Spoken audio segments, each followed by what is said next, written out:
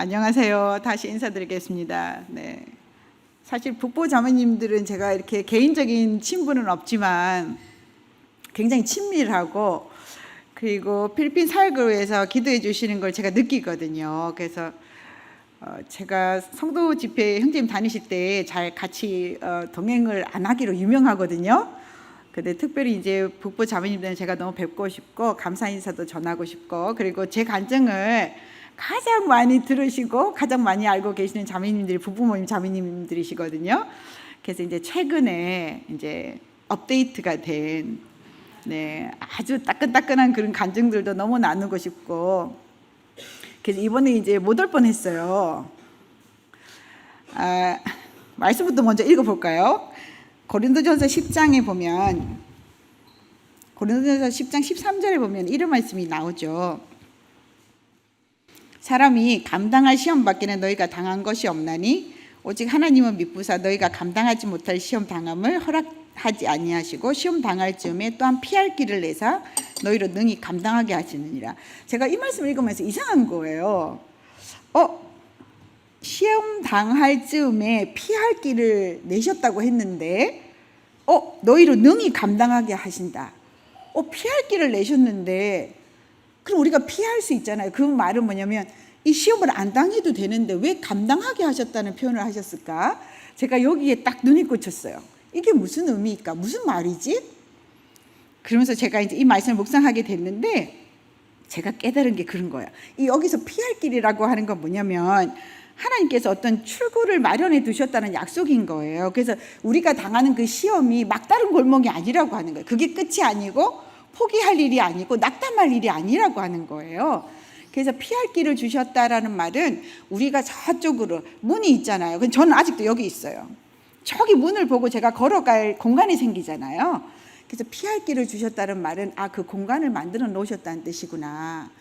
이것이 막다른 골목이 아니고 끝이 아니고 저기 출구를 보면서 내가 나아갈 수 있는 공간을 주님이 준비해 두셨으니까 낙담하지 말고 좌절하지 말고 그 가는 과정을 잘 감당해라. 잘 감당해서 내가 만든 출구로 네가 잘 나가도록 해라. 그런 의미구나.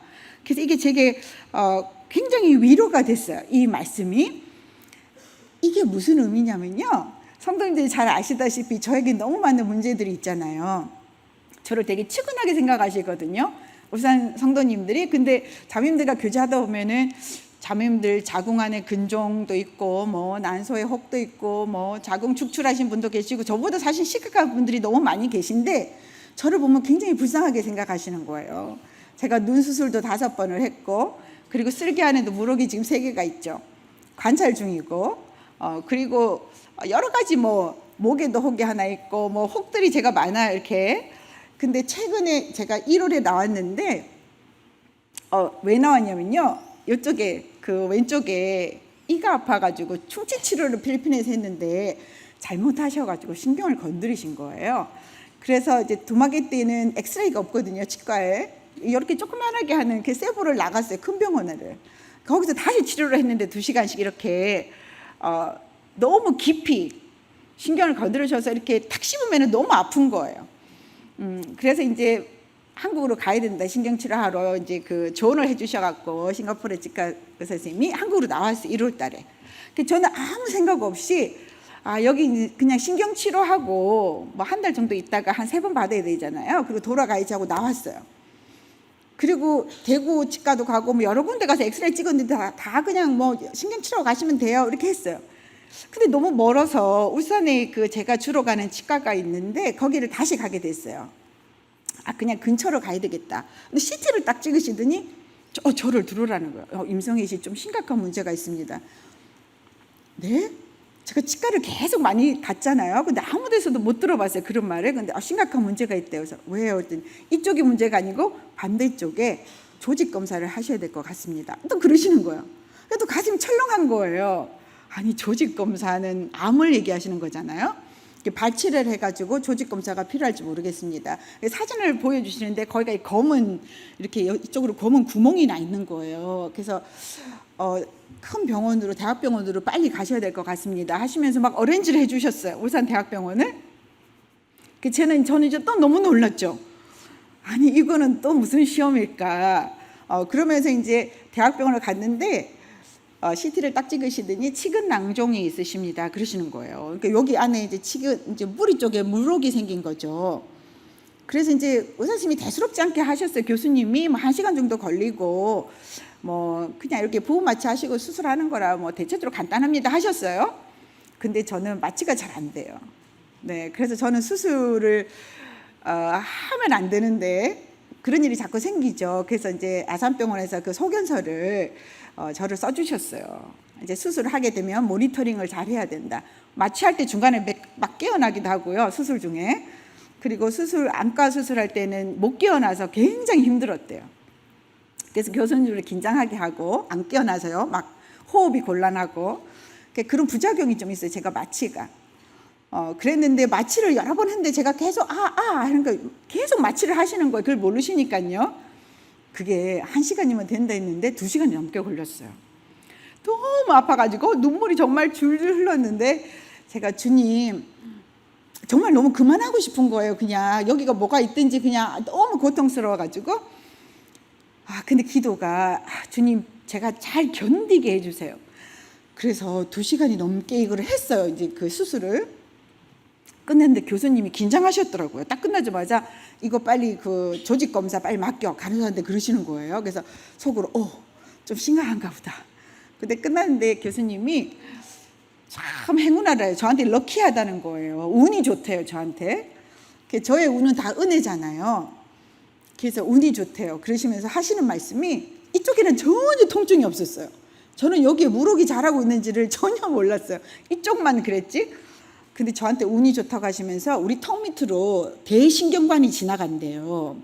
근데 이걸 잘못 건드리면 이쪽에 마비가 오고 그리고 여기를 건드리면 통증은요 마약으로도 진정이 안 되는 우리 몸에서 극심한 고통을 느낄 수 있는 이 대신경관이 턱 밑으로 지나간대요. 근데 제 물혹이 턱 신경관을 딱 붙었대요. 그러니까 자랐어요. 눌렀죠. 그럼 저한테 운이 정말 좋으세요 하시면서 그래서 오래 걸리셨대요. 혹시 신경관을 건드릴까봐. 그럼 여기 이제 마비가 오잖아요. 그래서 그 혹을 이제 움직이시는 게 굉장히 힘드셨대요. 그리고 옆으로 있다고 생각했는데 이게 길게 해가지고 신경관을 딱 이렇게 붙어 있어서 이걸 이제 떼내시는 게 힘드셨대요. 그래서 시간이 오래 걸린 거라면서 저한테 너무 고생하셨죠 하시는 거예요. 그래서 너무 이게 통증이 심하실 텐데 진통제를 맞고 가세요 하시는 거예요. 그래서 제가 아니요 안 맞을래요. 원장 교수님 그냥 타리노 하나 먹고 참을래요. 다 끝났는데요. 뭐 제가 그랬거든요. 그래서 제가 그랬어요. 야, 운이라니. 이건 진짜 하나님의 은혜다. 제가 필리핀에서 만약에 아무것도 모르고요. 이 통증이 갑자기 왔다고 생각을 하니까 너무 끔찍한 거예요. 그래서 마약이 안 듣는 통증인데 진짜로 이제 눌릴 정도가 된 거예요. 그래서 하나님이 전 처음에 필리핀 의사들이 실력이 없다고는 하나 어떻게 충치 치료를 해가지고 신경을 건드려서 이렇게 깊이 나오게 했을까 불평이 생길 수 있잖아요. 원망이. 그런데 그게 아니었구나. 오히려 이 고통을 통해서 주님이 더 큰 고통을 나에게 찾게 하신 거였구나. 그래서 우리가 이 말씀이 제가 새롭게 와닿은 거예요. 시험 당함을 허락하지 아니하시고 시험 당할 즈음에 피할 길을 주시는데 그것도 감당하게 하신대요. 이 말이 앞뒤가 안 맞는 말 같잖아요. 그런데 저에게 이것을 허락하셨지만 이 시험을 당할 것을 제게 피할 길을 열어주셨구나. 그래서 제가 이게 참 감동이 됐어요. 그 출구를 찾아서 지나갈 힘을 주신다는 말이지 이 말씀을 오해해서는 안 되겠구나. 주님이 피할 길을 주신다는 것은 우리로 하여금 시험 당할 것을 이렇게 다 제거해 주신다는 그런 말씀이 아니라고 하는 거예요. 그래서 참 주님의 은혜는 너무 놀랍다. 그래서 그 과정을 잘 견디고 이겨낼 수 있는 그 힘을 공급하시겠다는 약속이구나. 그래서 제가 이제 1월에 그 수술을 하게 됐는데 수술은 2시간 만에 끝났어요. 근데 치료도 필요치도 않고 아무 그게 없어요. 약도 없고 그냥 끝이에요. 대신에 그 다음에 구도자들이 줄을 서신 거예요. 제가 왔다는 소식에 자매님들이 막 구도자들 약속을 잡으셨는데 제가 정말 힘들었어요. 그래서 매일같이 약속이 잡혔는데 가면 2-3시간씩 교제를 해야 되잖아요. 근데 주님이 막 역사하셨어요. 불교에 막 30몇 년씩 막 다니시던 분이 저랑 교제하시고 성경을 알고 싶다고 막 그러셔서 성경 공부를 매주 하셨어요. 한 달 넘게. 근데 그분 딱 2번째 만남에서 저한테 그러셨어요. 선교사님, 저는 지금까지 부처를 섬기고 살았는데 제가 잘못됐다라는 것을 제가 알게 됐습니다. 하나님이 천지를 창조했다는 걸 제가 설명해 드렸는데 그러시면서 그러시는 거예요. 성경을 알고 싶습니다. 저는 필리핀 돌아가야 되는데 그래서 갈등했어요. 우리 형제님 어제 말씀에 그러셨잖아요. 저는 3주를 넘긴 적이 없어요. 한국에 나오면 딱 목적만 달성하고 무조건 필리핀을 빨리 돌아갔거든요.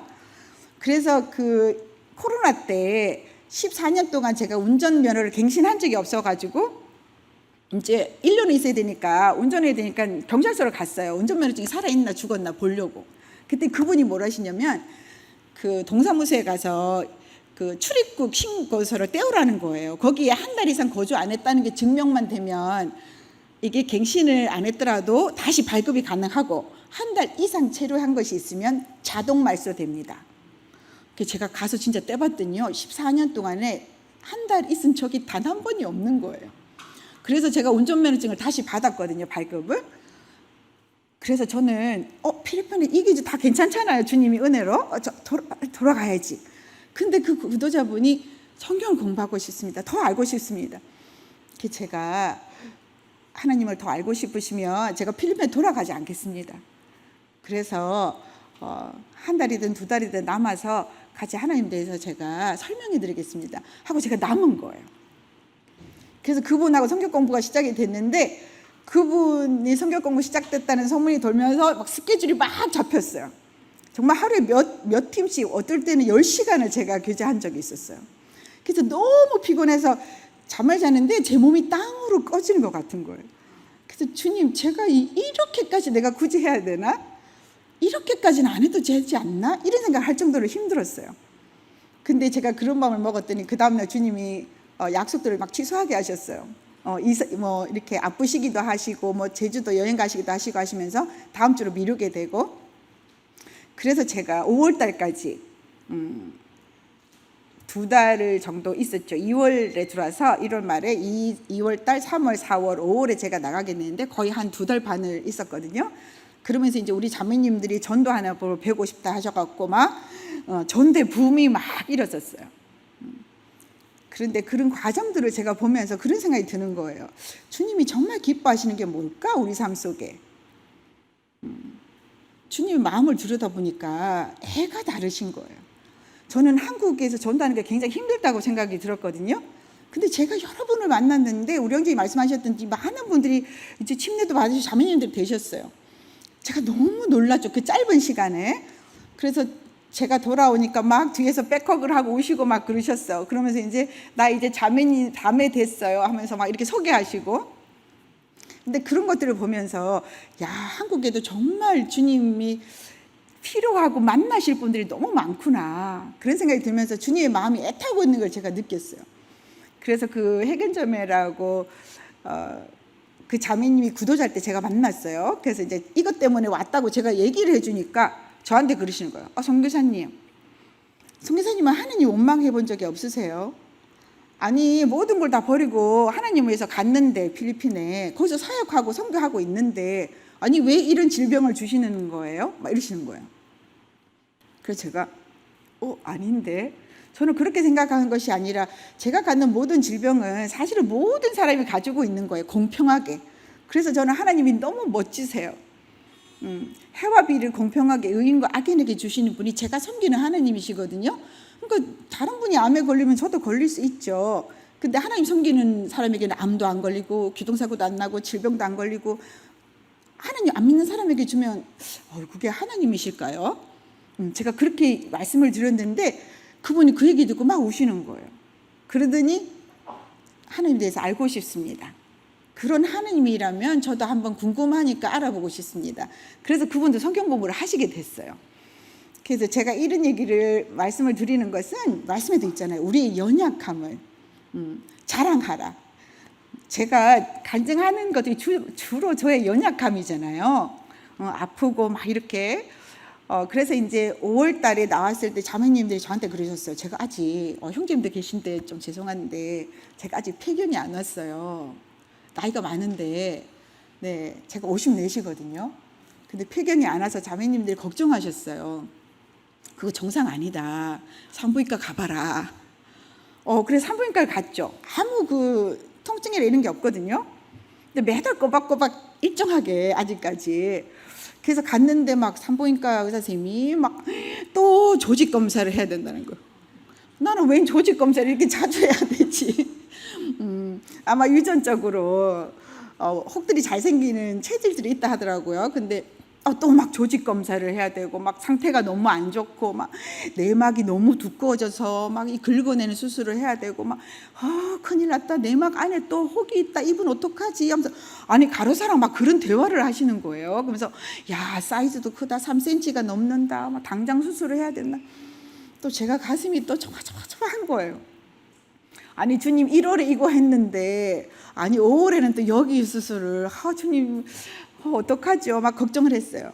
근데 저는 이제 수술을 지방에서 하면 안 되니까 이제 그 원장님께 제가 아들 결혼이 있으니까 9월에 끝나고 9월에 와서 해도 될까요? 했더니 암만 아니면 괜찮지 그러셨어요. 그래서 이제 막 내막이랑 경부 막 조직 암 검사를 했어요. 암 검사를. 근데 결과는 이제 괜찮다고 나왔어요. 그래서 이제 주님 감사합니다 했죠. 그래서 이제 9월에 저는 이제 그 수술을 하러 사실은 나온 거예요. 아들 결혼이 끝나면 이제 수술할 거라 생각해서 머리도 댕강 자르고 머리도 짧게 딱 자르고 수술 준비를 이제 딱 한 거예요. 그리고는 이제 아산병원에 23일에 예약을 하고, 그래서 사실은 형제님이 가실 때 분당이랑 여기가 북부랑 제가 오고 싶었는데 못 온다고 제가 연락을 드린 거예요. 그래서 그렇게 된 거였거든요. 왜냐하면 수술 날짜를 잡으러 제가 아산병원 갔기 때문에 어떻게 될지 몰라가지고.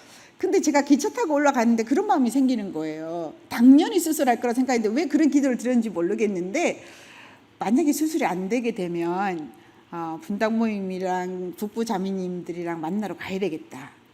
주님이 혹시 모르지, 나는 모르죠. 근데 그 자매님들 중에 주님의 위로가 필요한 분이 계실가 보다라고 제가 생각하겠습니다라고 했어요.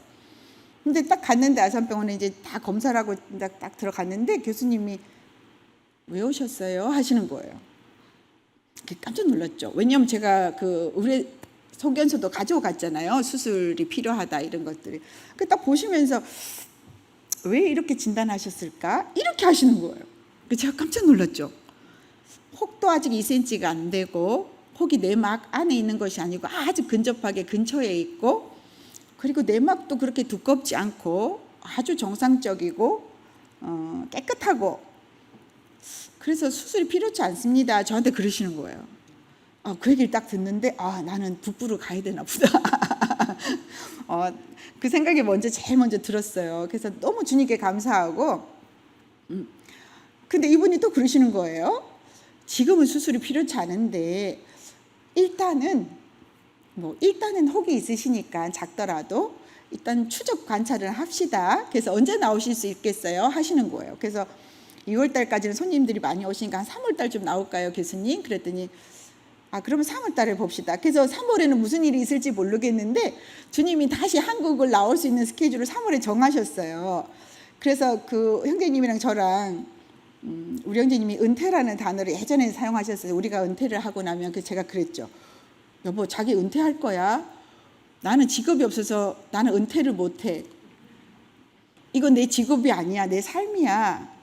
어제도 형제님과 잠깐 그런 얘기를 나눴는데, 저는 그냥 평범한 삶을 살고 있는데 아이들이 와서 감동을 받고 변화가 되고 하는 것이 저는 참 주님께 너무 놀라운 거예요.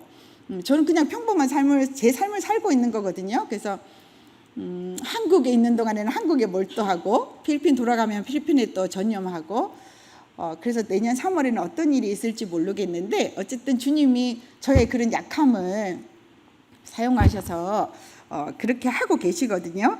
그래서 이 고린도전서 말씀이 제게 그렇게 새롭게 와닿았어요. 피할 길을 주시고 감당하게끔 하신다는 표현은 우리가 그 주님이 만들어 오신 그 출구, 거기를 갈 동안에 이 공간을 만들어 주셨다라고 하는 거. 그래서 우리가 잘 감당하고 나가야 되는구나 이런 이제 또 교훈을 얻게 되었고, 그리고 자매님들에게 제가 이제 간증을 한 달 동안 줌하면서 많이 해드렸잖아요. 그 중에 사도행전 9장에 보면은 사도행전 9장 2절에 이런 말씀이 있어요. 이제 사울이 바울이 되기 전에 이제 막 사람들을 죽였어요. 다메섹 여러 해당에 가져갈 공문을 청하니 이는 만일 그 도를 따르는 사람을 만나면 남녀를 막론하고 결박하여 예루살렘으로 잡아오게 함이라. 우리 성경에는 그 도를 따르니라고 되어 있는데 영어 성경에는 어떻게 되어 있냐면요, who belong to the way예요. 그 길에 속한 사람들. 제가 이거를 다 읽는데 너무 감동된. 왜 이런 표현을 했지? 왜 그 길에 속한 사람들이라고 했을까? 자매님들 잠깐 생각해 보세요. 그 길에 속한 사람들, 그게 무슨 의미일까요? 예수님이 나는 길이요 진리요 생명이니라고 하셨어요. 그래서 이 길이라고 하는 것이 예수께 속겠다는 다른 표현이고, 크리스찬으로 불리기 전에 제가 이제 막 찾아본 거예요. 공부를 해본 거예요. 크리스찬으로 불리기 전에 너는 그 길에 속한 사람이야? 속한 자야? 그렇게 서로를 확인했대요. 당신은 그 길에 속하셨습니까? 예수라는 단어를 쓸 수가 없으니까요. 지저스라는 이름을 부를 수가 없으니까 당신은 그 길에 속한 분이십니까? 그래서 그 길에 속한 자다. 제 마음에 내가 그 길에 속겠다라는 것에 대한 어떤 그 감동이 새롭게 와닿은 거예요. 그러면서 생각했어요. 그 길에 속겠다는 이 표현이 얼마나 정확한 표현인지 몰라요. 이 길이라고 하는 거는 뭐죠? 목적지를 가게 하는 거예요. 제가 기차를 타고 이게 서울에 올라왔는데 형제님이라 여보 여기가 맞아? 이 플랫폼이 맞아? 항상 확인해요. 왜냐하면 두 길이 있어요. 기차가 이렇게 올라오는. 근데 제가 만약에 서울로 와야 되는데 반대로 가서 서 있으면 저는 밑으로 내려가잖아요. 제가 잘못된 길에 가서 서 있으면 제 목적지가 바뀌어 버려요. 그래서 이 길에 속겠다는 말은 뭐냐면 이 목적지가 정해졌다는 말인데, 우리 주님이 내 길이시고 제가 거기에 속한 사람이라고 하는 말은 뭐냐면 내 목적지가 천국으로 향할 수 있게끔 되었다. 이런 아주 시적인 표현이죠. 그래서 너무 감동이 된 거예요. 제가 시를 적었어요. 나는 그 길에 속한 자입니다. 그래서 제가 요즘 시를 적은 것들을 제가 노래로 만들고 있는데 한 15곡 정도 만들었거든요. 그래서 우리 그 손자가 3살이에요. 손자의 자장가예요. 제가 15곡을 만들어서 쭉 붙여갖고 1시간짜리로 만들어줬어요. 그래서 손자가 제가 만든 그 노래와 가사를 듣고 이렇게 자는 걸 좋아해요. 그런데 제가 그 자매님들께 아마 간증을 했을 것 같은데, 그 요셉 이야기 제가 이야기한 적 있죠. 요셉의 유언 기억나세요? 기억이 안 나시는 얼굴들이시네. 창세기 50장에 보면은 50장 24절에 요셉이 이제 죽게 돼요. 요셉이 어렸지만 형들보다 먼저 죽었거든요. 그래서 이제 죽기 전에 두려워하는 형들에게 하는 유언이에요. 창세기 50장 20절에 이렇게 나오죠. 요셉이 그의 형제들에게 이르되 나는 죽을 것이나 하나님이 당신들을 돌보시고 당신들을 이 땅에서 인도하여 내사 아브라함과 이삭과 야곱에게 맹세하신 땅에 이르게 하시리이다. 여기에 영어 성경에는 또 어떻게 표현되어 있는지 아세요? God will surely visit, come to you 라고 되어 있어요. 킹제임스 번역의 성경에도 visit you라고 되어 있고 히브리어 성경에도 visit you라고 되어 있어요. 방문하신다, 찾아오신다. 제가 이 말씀을 보면서 너무 감동받았던 게, 요셉은 자기 삶에 찾아오신 하나님을 만났었던 거구나. 우리 또한 하나님을 만나고 살아야 되는구나. 하나님을 하늘에 계신 분으로 이렇게 막연하게 이렇게 영상통화하듯이 하나님 거기서 저 잘 보고 계시죠? 제가 이런 힘든 가운데 있는데 저를 좀 도와주세요. 긍휼히 여겨주세요. 이런 것들이 아니라 요셉은 하나님이 직접 자기에게 찾아왔다고 하는 표현을 쓰고 있는 거예요. 나에게 찾아오신 것처럼 당신들에게도 찾아올 것이니까 염려하지 마십시오. 만약에 요셉이 이 자리에 우리 가운데 온다고 생각해 보세요. 똑같은 교제를 해주지 않을까요? 자매님들 염려하지 마세요. 걱정하지 마세요. 하나님이 찾아오실 거예요. 자매님 삶 속에. 그러니 염려하지 마십시오. 두려워하지 마십시오. 그게 제가 시를 적어 놓은 게 있어요. 그래서 이제 찬양을 만들었어요. 제가 이거를 이제 감동받아서 낯선 땅 종의 자리. 처음부터 읽어드릴게요. 구덩이에서 울던 나를 하나님이 찾아오셨습니다. 어둠 속 아무 소리 없을 때 그분이 다가오셨습니다. 낯선 땅 종의 자리, 하나님은 나를 잊지 않으셨습니다. 감옥 깊은 절망 속에도 그분은 함께 계셨습니다. 하나님이 오셨습니다. 언제나 날 찾아오셨습니다. 고통보다 먼저, 눈물보다 가까이 그 사랑이 나를 먼저 안으셨습니다. 총리의 자리에 오를 때도 그분은 내 곁에 계셨습니다. 내가 기억하는 건 고통보다, 영광보다 주님의 얼굴입니다. 그러니 이제 말합니다. 형제들이여, 두려워 마십시오. 하나님이 당신을 찾아오실 것입니다. 하나님이 오셨습니다. 평범한 날에도 오셨습니다. 지금도 조용히 당신을 향해서 걸어오고 계십니다. 제가 이 시를 적으면서 제가 너무 웃긴 게 제가 적은 시에 제가 감동하거든요. 근데 이 부분이 제가 참 너무 감동되는 거예요. 총리 자리에 오를 때도 총리 자리에 오를 때 요셉은 딱 주님의 얼굴을 본 거예요. 그곳에 계신 주님은 총리 자리 즉위식에도 함께 참석하신 거예요. 요셉의 표현이 그래요. 그러면서 제가 요셉이 만약에 이렇게 고백하지 않았을까를 생각하면서 적은 시거든요. 그래서 내가 기억하는 건 고통보다 영광보다 주님의 얼굴입니다. 요셉이 기억했던 것은 찾아오신 주님의 얼굴이었던 거예요. 그래서 고통보다 영광보다, 그리고 감옥에 있을 때, 종으로 있을 때, 구덩이에 빠졌을 때, 이게 바로 아까 그 말씀인 거예요. 피할 길을 주사. 그래서 제가 자매님들이 어떤 상황에 있는지 알 수 없지만 주님이 우리를 직접 찾아오신다고 하시는 이 요셉의 유언을 기억하시면 힘이 나지 않을까. 저는 참 그렇거든요. 그래서 저는 그렇게 살잖아요. 운전할 때도 주님 직진할까요, 우회전할까요, 막 이러면서 옆에 태우고 제가 이제 주님을 같이 운전하면서 모시고 다니고 이렇게 하는데 실제로 우리에게는 그런 삶이 필요하다 이런 생각이 들어요. 그리고 또 감동된 말씀은 뭐냐면은 이런 말씀 있죠. 말씀 중에 아무것도 염려하지 마라. 빌립보서 4장에 나오는 잘 아시는 말씀인데 이 말씀도 한번 잘 보세요. 아무것도 염려하지 말고 다만 모든 일에 기도와 간구로, 그렇죠? 감사함으로 하나님께 아뢰라. 자매님들 아무것도 염려하지 않는 게 가능하신가요? 엄청 세게 고개를 이렇게 흔드시는데 불가능하죠. 주님은 우리에게 불가능한 일을 하라고 하실까요? 아니죠. 근데 왜 이렇게 말씀하셨을까? 또 이 말씀이 제가 궁금해졌어요.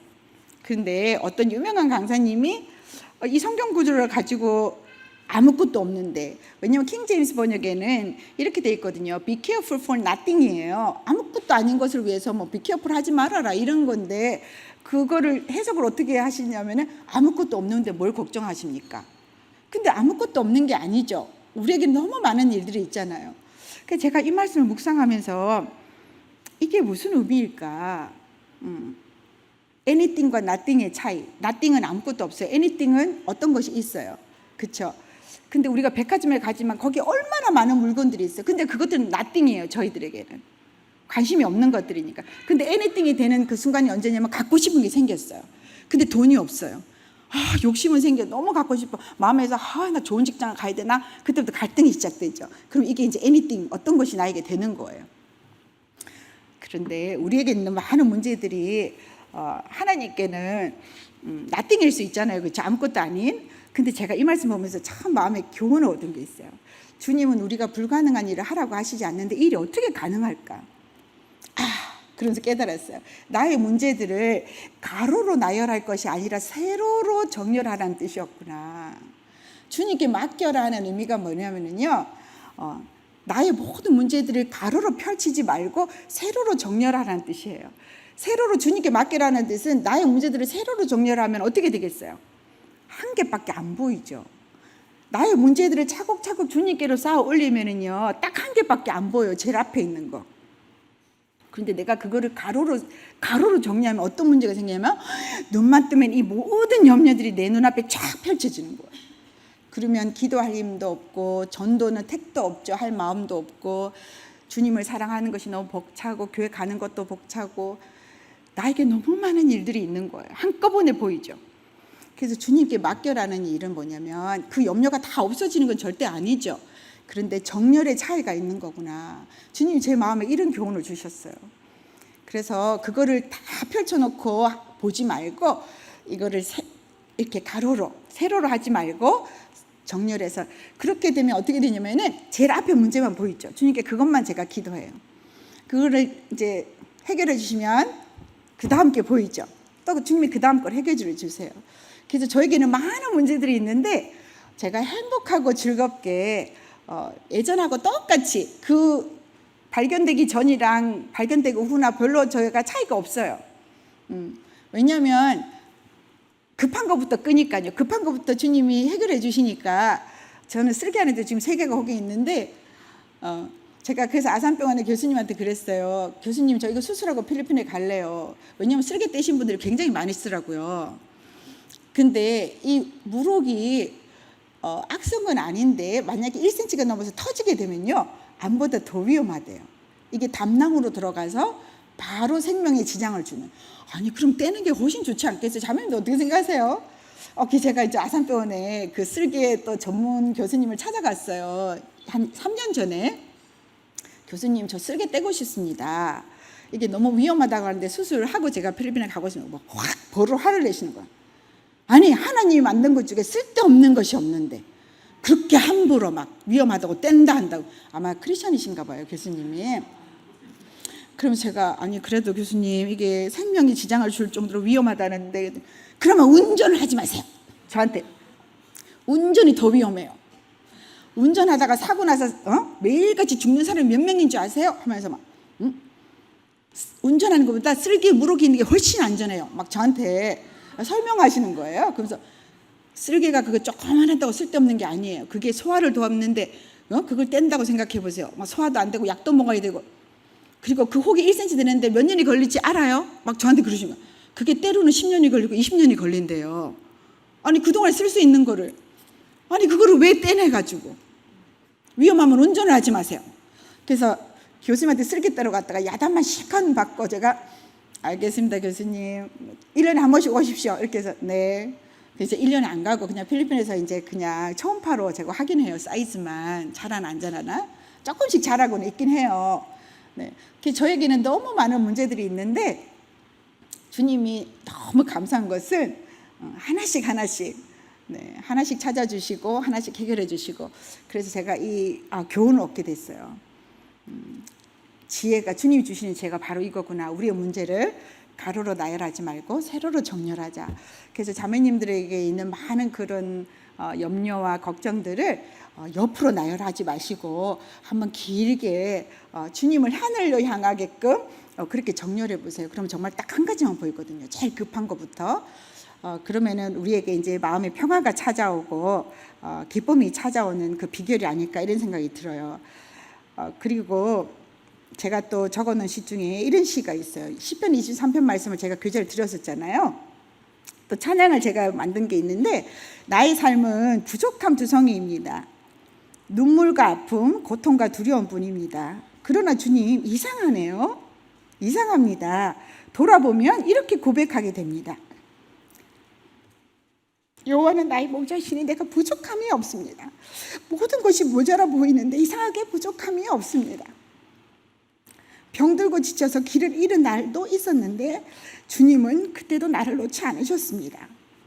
여호와는 나의 목자시니 내게 부족함이 없습니다. 상처투성이인 나의 인생에 주님은 충분하셨습니다. 이것이 나의 고백입니다. 나의 삶엔 주님이 계십니다. 그분이면 나는 충분합니다. 시편 23편을 쓴 그 시편 기자가 이런 마음이지 않았을까라는 생각이 들었어요.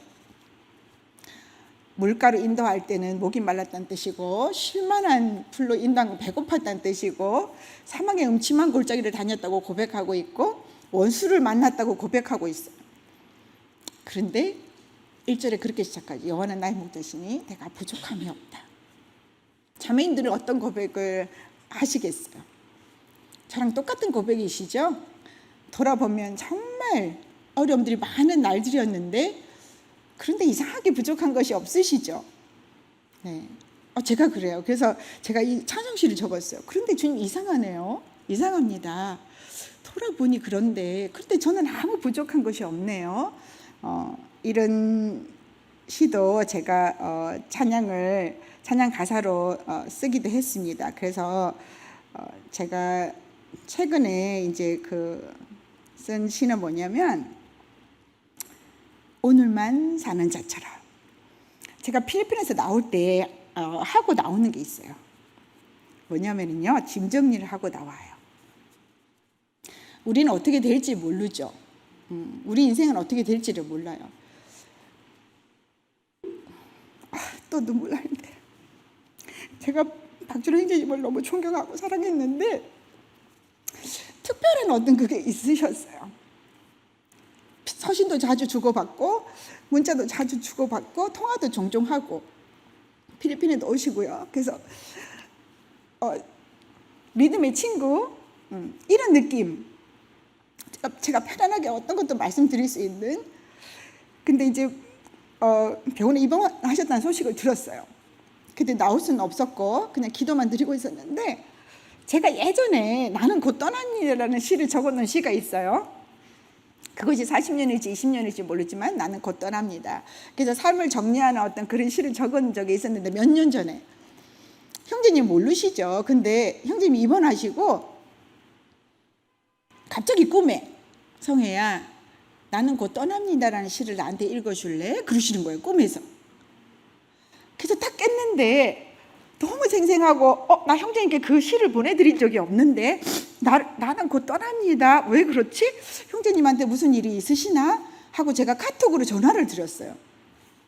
그랬더니 자매님이 받으시면서 형제님께 필리핀에 성애 자매인데 전화 받으실 거예요? 물으시는 거예요.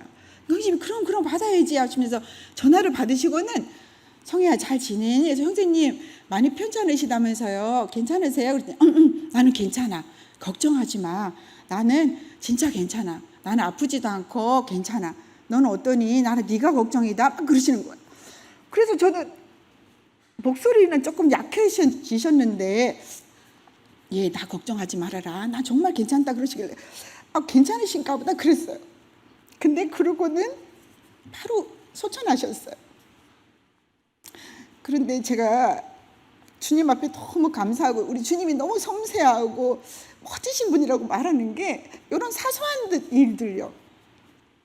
제게는 아버님 일찍 돌아가시고 정말 믿음의 친구 같은 그런 분이셨거든요. 그런데 그분을 제가 만약에 마지막 인사도 못하고 떠났더라면 제가 너무 죄송했을 것 같아요. 그런데 주님이 마지막 인사를 하게 해주신 것이 너무너무 감사한 거예요.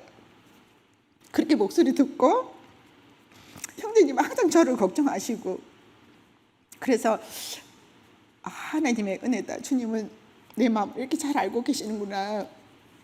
형제님을 그렇게 보냈을 때 내가 이렇게 자책하고 병문안도 못 나오고 했던 것들을 주님께서 마지막 인사를 하게 해주시게 너무 감사한 거예요. 그래서 이제 전화를 끊자마자 제가 그 시도 보내드리고 형제님께 이제 감사 편지도 써서 자매님께 좀 읽어달라고 제가 부탁을 드렸어요. 저는 그렇게 위독하신지 모르고요.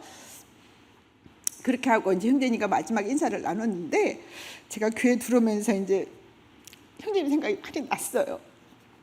그래서 제가 이런 생각을 자주 해요. 제가 몸이 좀 뭐 아프거나 막 그런 건 아닌데 어쨌든 저희 약함이 많잖아요. 그래서 죽음에 대한 것이 어떻게 보면 남들보다는 더 예민하지 않을까. 그래서 저는 저 자신에게 항상 질문해요. 야, 너한테 만약에 정말 하루가 딱 남았다면 내일이 네 삶의 마지막이라면 너는 오늘 뭘 하고 싶냐. 이 질문을 제가 제 자신에게 굉장히 많이 하거든요. 자매님들 뭘 하고 싶으세요? 원 없이 쇼핑을 한번 해보고 싶으세요?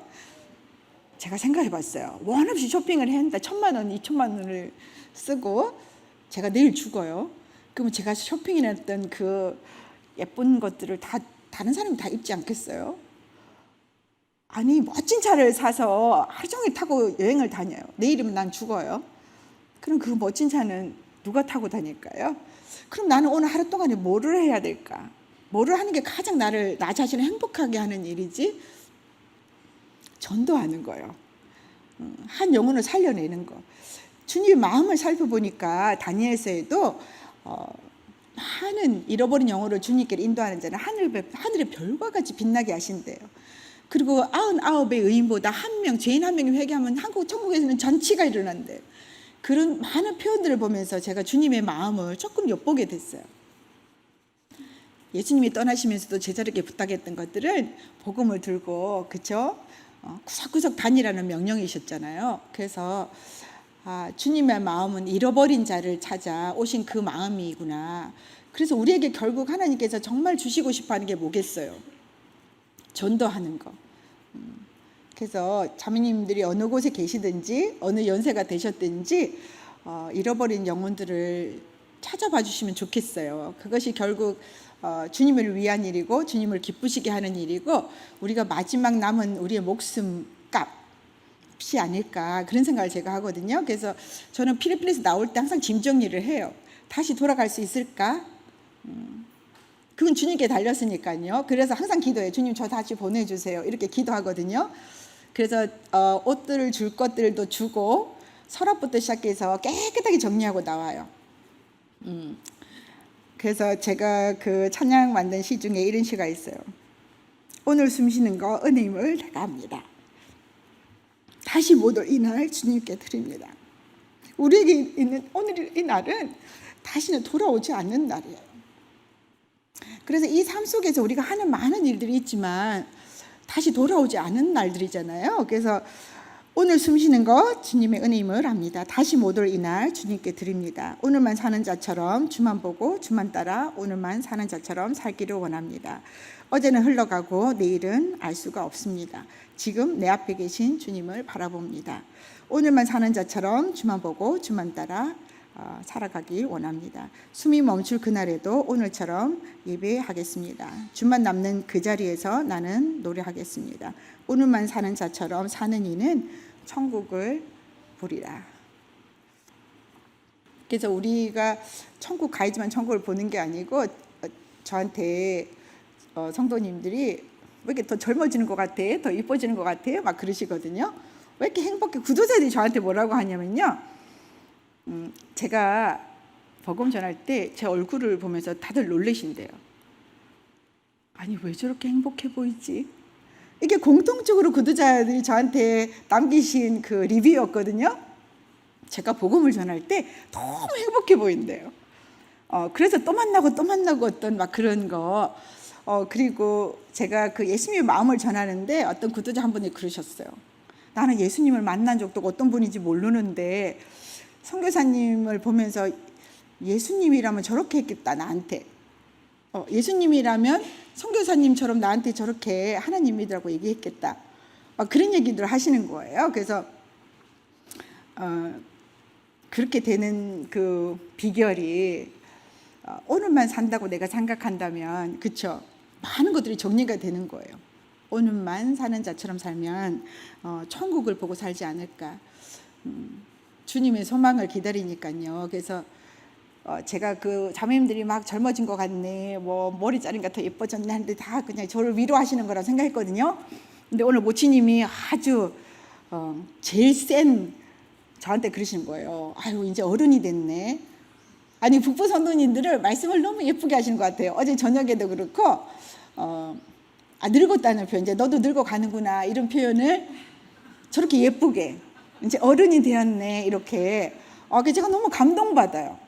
언어라고 하는 게 이렇게 중요한 건데 그러시면서 뭐라 하시냐면은 아니 너 진짜 예뻐졌다는 거 저한테 그러시면서 딱 치명적으로 성형한 건 아니지 이렇게 다시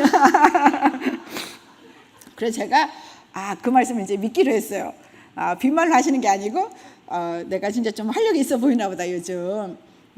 그래서 필리핀에 이제 최근 따끈한 소식은 어떤 것이 있냐면은 우리 청년들이요 이제 결혼을 하고 이제 다 사역자가 됐어요. 일꾼들이. 그런데 전심 사역을 하고 싶어 하는 거예요. 직장 가서 돈을 벌어 먹고 살아야 되는데 다들 전도하러 가고 싶어 하는 거예요. 저랑 같이.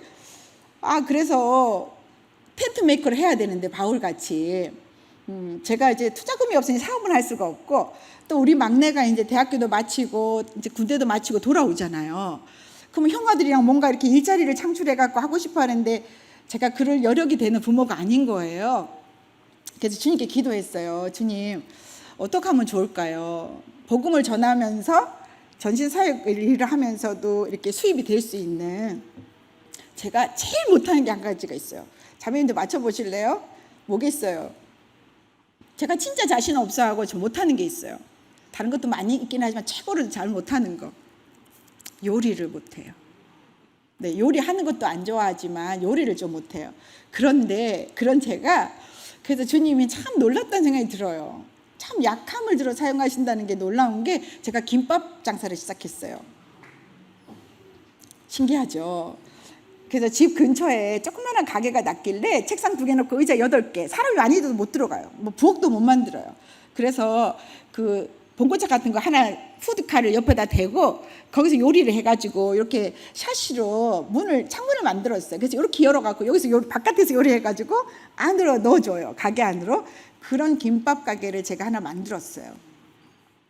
그래서 우리 일꾼들 형제들이 거기서 다 일을 해요. 자매들도.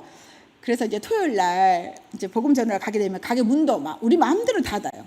수요일 저녁에도 빨리 닫고 토요일 날도 문 닫고, 멀리 전도 나갈 때는 막 이틀 문 닫고 막 우리 마음대로예요.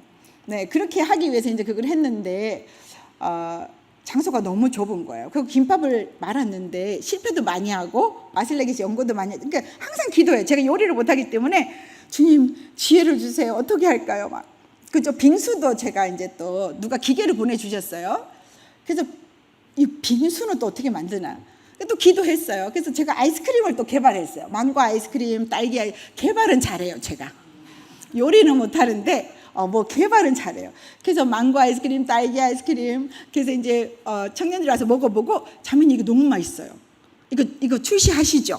이렇게 이거 팔아도 되겠는데요. 그래서 그 용기를 얻어서 제가 이제 김밥집에서 팔기 시작했는데 대박이 났죠. 아무것도 없어요. 그냥 우유 빙수에다가 아이스크림 하나 탁 올려주는 거거든요. 제가 만든 아이스크림. 근데 실제로 과일을 갈아갖고 만든 아이스크림이에요. 그래서 그렇게 했는데 수입은 없죠. 왜냐하면 일꾼이 10명이 붙어서 하는데, 네, 그 학생들까지 와서 이제 파트타임으로, 가게는 수입은 없는데 일하는 사람 10명이에요. 그러니까 이제 우리 아들이 이번에 그 방배동에서 오셨을 때 딱 그런 거예요. 수입은 없고 약간 적자인데 아직까지는 우리 형제 자매님들이 가져가시는 월급이 저의 수입입니다. 이렇게 얘기해서 제가 너무 감동받았어요. 실제로 그게 제 목적이었거든요. 거기서 뭐 우리가 이렇게 뭐 돈을 막 버는 게 아니라, 우리 형제 자매님들이 전심 사역을 하고 싶어 하잖아요. 전도하러 가고 싶어, 뭐 행사만 있으면 다 따라다니고 싶고, 그리고 손님들 오시면 같이 함께 해야 되는데 직장을 다 가버리면 뭐 할 수가 없잖아요. 근데 그 일을 위해서 주님께 축복해 주시기를 기도했는데 그렇게 하게 됐어요. 그랬는데 우리 큰딸이 영어 학원을 한국에서 했었거든요. 이제 졸업하고 와가지고 코로나로 인해서 영어 학원이 잘 됐어요. 주님이 축복해 주셔갖고 5명으로 시작했는데 100명이 넘고, 그래서 2호점까지 내고 돈을 잘 벌었어요. 그런데 한 4년 후에 우리 딸이 전화가 온 거예요. 2호점도 낸 상태에서, 엄마, 제가 하나님 축복해 주셔서 정말 원 없이 맛있는 거 많이 먹고 좋은 데 많이 가고 카페는 다 다녀보고 차도 사고 집도 사고 다 해본 거예요. 근데 엄마, 내 마음이 이상하게 공허해요. 저 필리핀에 돌아가도 될까요? 그러니까 그리운 거예요. 성도들이랑 같이 전도 다니고 같이 막 북적북적 했던 게 그리웠나 봐요. 그래서 야, 필리핀이 엄마 땅도 아닌데 주님이 가라 하시면 너네 아무 때나 와도 되지. 그런데 우리가 가서 뭘 할 수 있을까요? 그러는 거예요. 그래서 제가 네가 와서 학교로 동력해주면 엄마랑 캠핑카를 한 대 주님한테 기도해서 이섬저섬 60살이 되기 전까지 섬전도로 다니고 싶다. 그러니까 네가 와서 학교를 맡아줄래? 제가 그랬어요. 형제님은 막 반대하셨죠. 잘 살고 있는 애들을 엄마가 돼가지고. 응? 필리핀 오면 뭐 먹고 살아야 되지 아무 막막해지는데 왜 그런 선택을 하게끔 했느냐고 막 형제님이 저한테 그러셨어요. 그런데 제가 왜 그랬냐면요, 제가 아이들한테 입버릇처럼 그랬어요. 엄마는 너무 행복하다. 다시 한번 인생을 살게 되더라도 나는 이 삶을 선택할 거야. 아니 그렇게 말을 했어요. 그랬는데 아이들이 필리핀에 오고 싶대요. 근데 아니다 얘들아, 돈은 정말 중요한 거란다. 먹고 사는 문제 이거 굉장히 중요해. 지금 주님이 축복하시니까 그걸로 그냥 봉사하고 그리고 동력하고 물질로 동력하면 되잖아. 그러니까 거기 남아서 그냥 물질로 동력해라. 그리고 그렇게 말하고 싶은 게 저한테도 진짜 꿀떡같이 올라오는 거예요. 아이들 필리핀은 뭘 하고 살지? 비자도 나오기 힘든데 먹고 살 것도 없는데 그걸 다 포기한다고? 여기 진짜 그러지 마 이게 나온 거예요. 근데 제가 체면상 그 말을 못 하겠는 거예요. 그럼 제가 지금까지 아이들에게 했던 그런 교제들, 간증들, 말들 다 뻥이 되잖아요. 야, 엄마도 말한 게 다 개뻥이었구나. 말로는 막 이 삶이 다시 한번 인생을 살아도 야, 엄마도 역시 돈이 우리 인생에 중요한 거였구나. 그걸 제가 차마 못 무너뜨리겠는 거예요. 그래서 격려했어요. 와서 학교를 맡아주면은 엄마는 떠날게. 엄마 마음대로 다니면서 전도할게. 제가 진짜 꿈이 그거예요. 제가 살 날을 계산해 보니 얼마 없잖아요. 강건에서 80까지 산다고 해도 한 10년, 20년? 벌써 제가 필리핀 간 지 20년이 지났고 그래서 정말 최선을 다해서 전도를 하고 싶은 거예요. 구석구석. 그런데 캠핑카를 구할 수가 없잖아요. 필리핀에. 그런 걸 본 적이 없거든요. 근데 이 기도를 이제 형제들과 같이 했어요. 우리 캠핑카를 한 대 기도하자. 왜냐하면 필리핀에 화장실하고 샤워실이 없고 그냥 이렇게 커튼으로 해갖고 구멍만 파는 화장실이 많잖아요. 시골로 가면. 그거 샤워할 데가 없고 잘 곳이 없어요. 그래서 이제 그거를 위해서 아주 간단한 그냥 그렇게 캠핑카를 제가 기도하자 했는데 하늘의 별 따기죠. 필리핀에서 어떻게 그런 걸 구해요? 그랬는데 우리 딸이 들어와 했더니 일주일 만에 진짜 집 팔고 차 팔고 다 정리하고 들어왔어요. 필리핀으로. 네, 신랑이랑 그 아들 데리고 함께 있어요. 지금 그렇게 들어왔어요. 근데 더 놀라운 건 올해 4월 달에 토요타라는 그 자동차 회사에서 연락이 온 거예요. 주문 제작으로 캠핑카를 주문 제작해 준대요. 주문하면. 근데 돈이 9,800만 원이에요. 돈이 9,800만 원이에요. 근데 우리 형제들이 믿음이 더 좋아요, 저보다. 엄마, 주문할까요? 아니. 9,800만 원요. 아니, 기도를 먼저 해야지. 그 금액을 위해서 제가 말렸어요. 그래서 하나님 어떻게 하실지는 모르겠지만 그 일을 놓고 기도하고 있어요. 그래서 이제 딸이 들어왔고 우리 막내는 필리핀 자매랑 결혼했어요. 이번에 9월 20일 날. 그래서 막내는 생긴 건 한국 사람이지만 6살부터 가서 살았으니까 사실은 필리핀화가 됐어요. 그래서 막내는 필리핀 사람이기 때문에 필리핀에 자매랑 결혼하게 해달라 기도했는데 주님이 그것도 응답해 주셔서 필리핀에서 살게 될 것 같아요.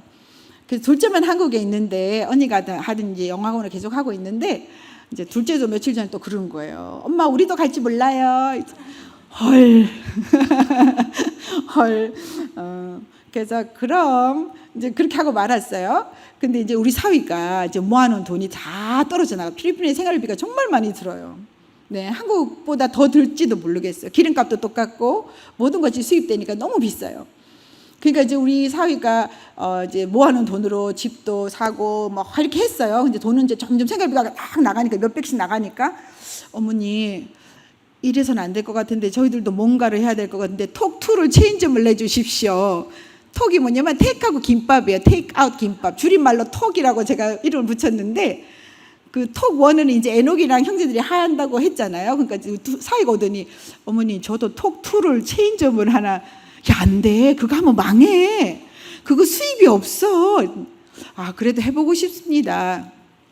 그래서 톡2를 또 우리 사위가 또 하나 조그마한 가게를 열었어요. 근데 3주 동안에 손님이 한 명이 없는 거예요. 내가 말했지 망한다고. 인테리어 한다고 200 이렇게 쓰고 이렇게 했는데 야 하지 말 걸 그랬어.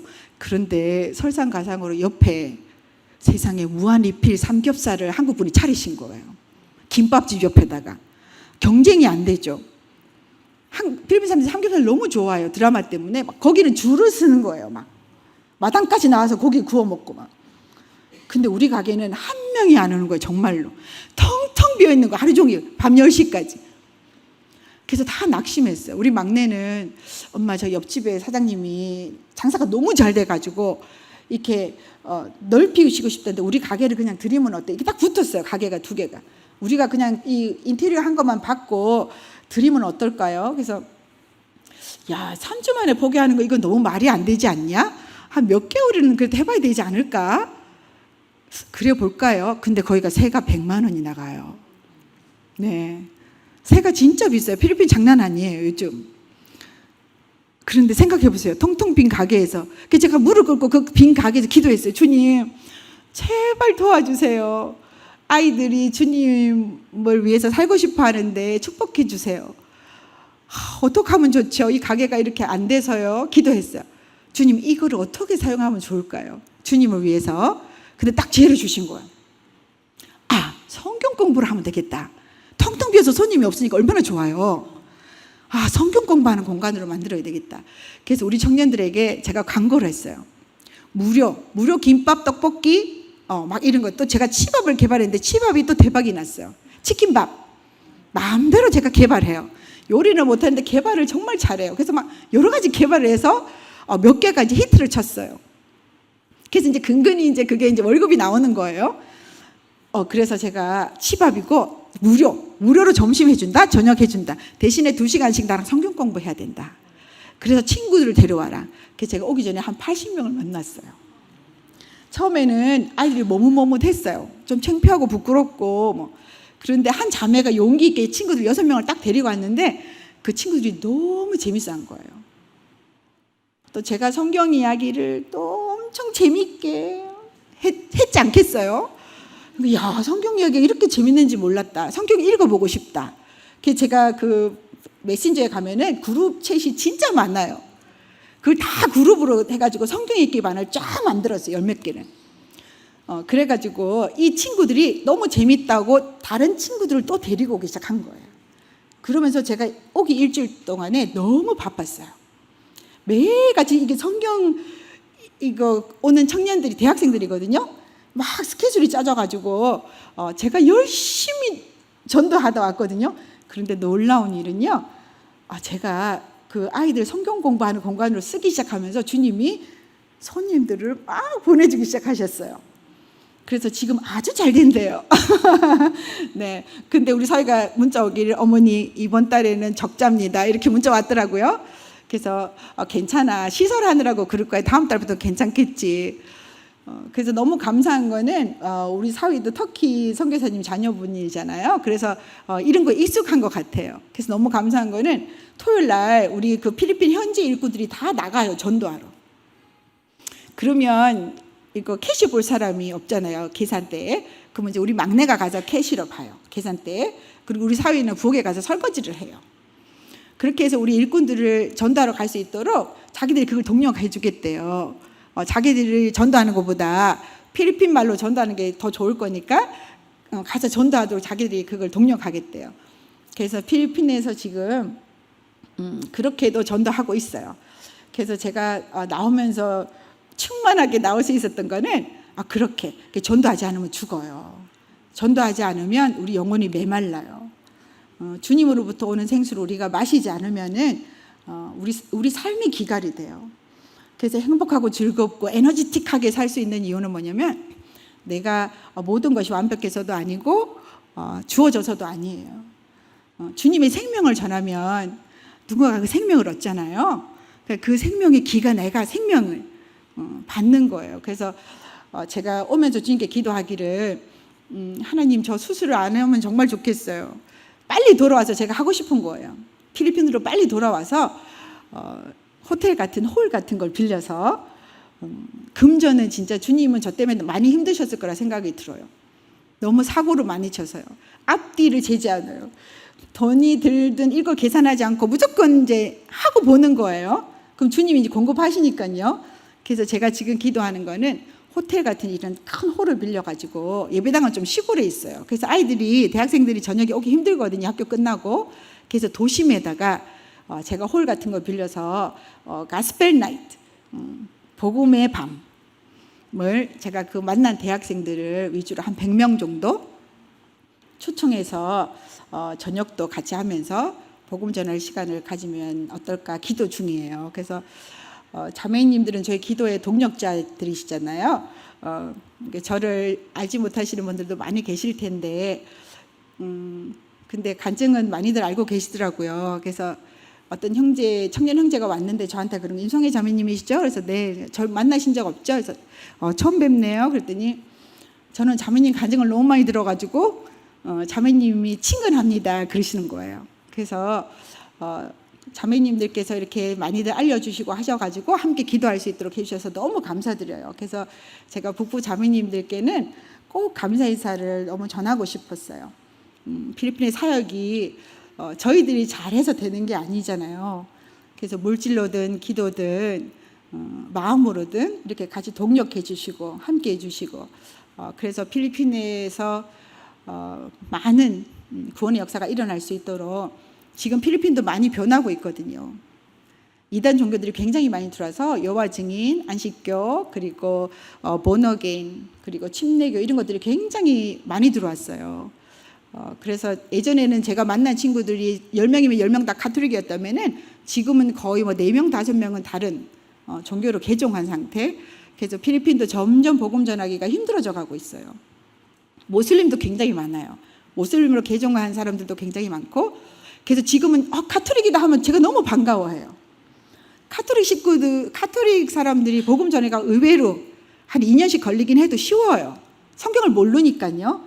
근데 이미 개종하신 분들을 개종하기는 굉장히 힘들어요. 이미 새로운 진리를 발견했다고 가톨릭에서 나오신 분들이기 때문에. 그래서 필리핀도 점점 좁아지고 있어요. 전도할 수 있는 것들이.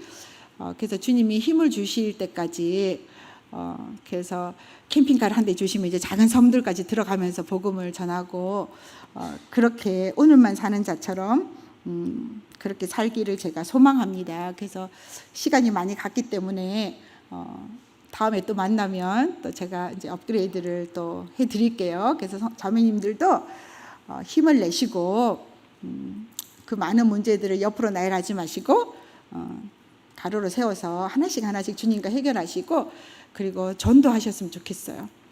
주님이 정말 원하시는 것은 정말 전도하는 거예요. 한 영혼을 살려내는 거. 네, 그것이 진짜 중요해서 내가 있는 곳은 정말 어려워라고 느끼신다면 그래서 보내신 게 아닐까 생각이 들어요. 어려운 곳이라면 자매님이 그곳에서 전도할 수 있었기 때문에 보내셨을 거예요. 그래서 이웃들이든 누구든 한번 찾아보세요. 하나님 만나야 될 사람들이 내 주위에 있는지 한번 살펴보시고 성도님도 어떠세요? 다시 한번 인생을 산다면 어떠실 것 같아요? 주를 위해 내 몸 불사르리라 막 그런 마음 있으시죠? 그런데 이렇게 낙심하실 거예요. 그렇지만 이 환경이 바뀌지 않잖아요. 내가 살고 있는 이게 바뀌지 않잖아요. 남편이 바뀌겠어요? 자녀가 바뀌겠어요? 그런데 아니에요. 잘 생각해 보세요. 우리 어떤 형제가 다 큐티하면서 그러더라고요. 오늘 아침에 일어나서 눈을 떴는데 나에게 하루를 더하신 것에 대해서 감사했다. 그래서 제가 그랬어요. 물론 그것도 감사한데 하나님이 하루를 더하신 건 아닐걸? 제가 그랬어요. 우리가 눈을 떴을 때 하나님께서 저에게 하루를 더 주신 거는요. 한 번 더 기회를 주신 거예요. 한 번 더 내가 주님을 사랑할 수 있는 기회, 성도들을 섬길 수 있는 기회, 복음을 전할 수 있는 기회, 용서할 수 있는 기회, 기회를 위해서 저에게 기회를 하루를 더 주신 거예요. 제가 복음 전하는 일이 너무 즐겁고 기쁘고 소망하는 것은 그리고 너무 감사해요. 제가 아침마다 눈 뜨면 주님 감사해요. 하나님 굿모닝 제가 이렇게 하고 일어나거든요. 진짜로 하나님 굿모닝 이렇게 하고 제가 일어나는데 눈을 뜨면 너무 감사한 게 한 번의 기회를 더 주셨구나 나에게. 진짜 하루를 더 하신 게 아니고 기회를 주신 거예요. 얼마나 감사해요. 그래서 자매님들이 다시 한번 인생을 사는 거예요.